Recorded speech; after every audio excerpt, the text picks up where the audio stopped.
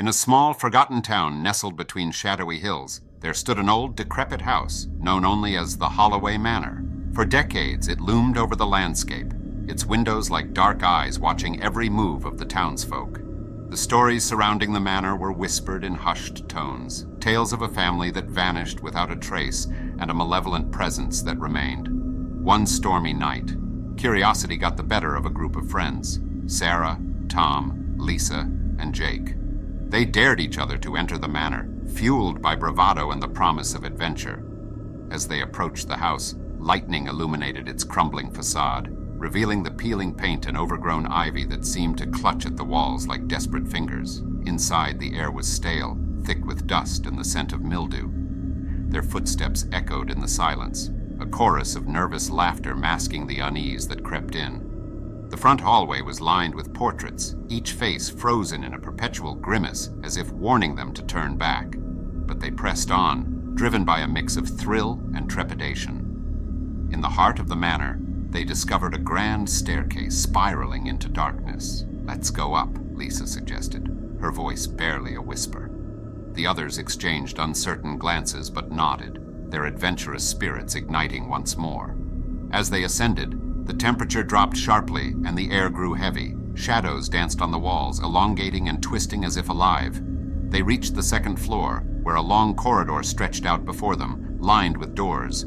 Each door seemed to beckon them, but one at the end caught their attention, a door that was slightly ajar, revealing a sliver of darkness within. Jake, ever the bravest, pushed the door open. The hinges groaned in protest, as if warning them of the darkness that lay beyond.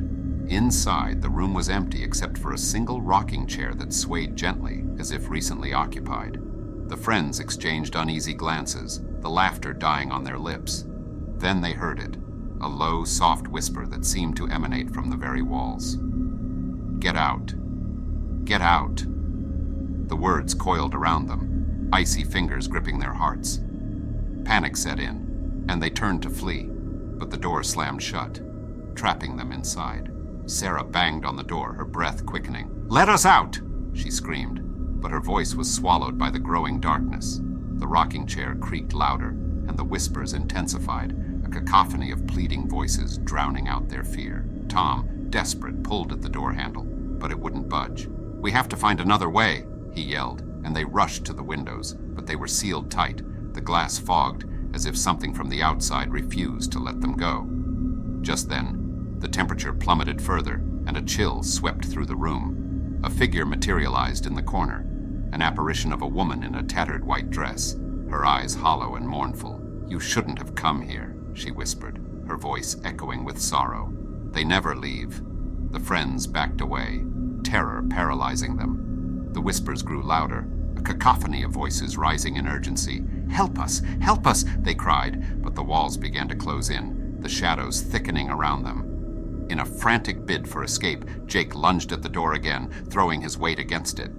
The door cracked open just enough for them to squeeze through. They stumbled into the hallway, breathless and panicked, but the manor seemed alive, shifting and changing as they ran. The portraits watched them, their eyes now alight with malicious glee. They raced down the stairs, but the floorboards creaked and moaned beneath them, threatening to swallow them whole.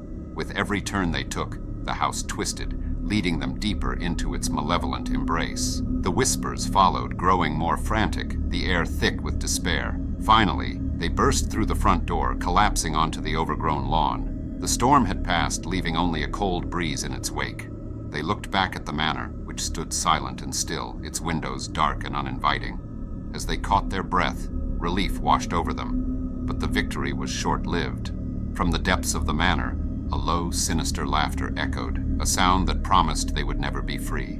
The friends exchanged terrified glances, knowing they had awoken something that would not rest until it claimed them. And as they fled into the night, the shadows of Holloway Manor watched, patiently waiting for the next unwary souls to wander too close to its cursed embrace.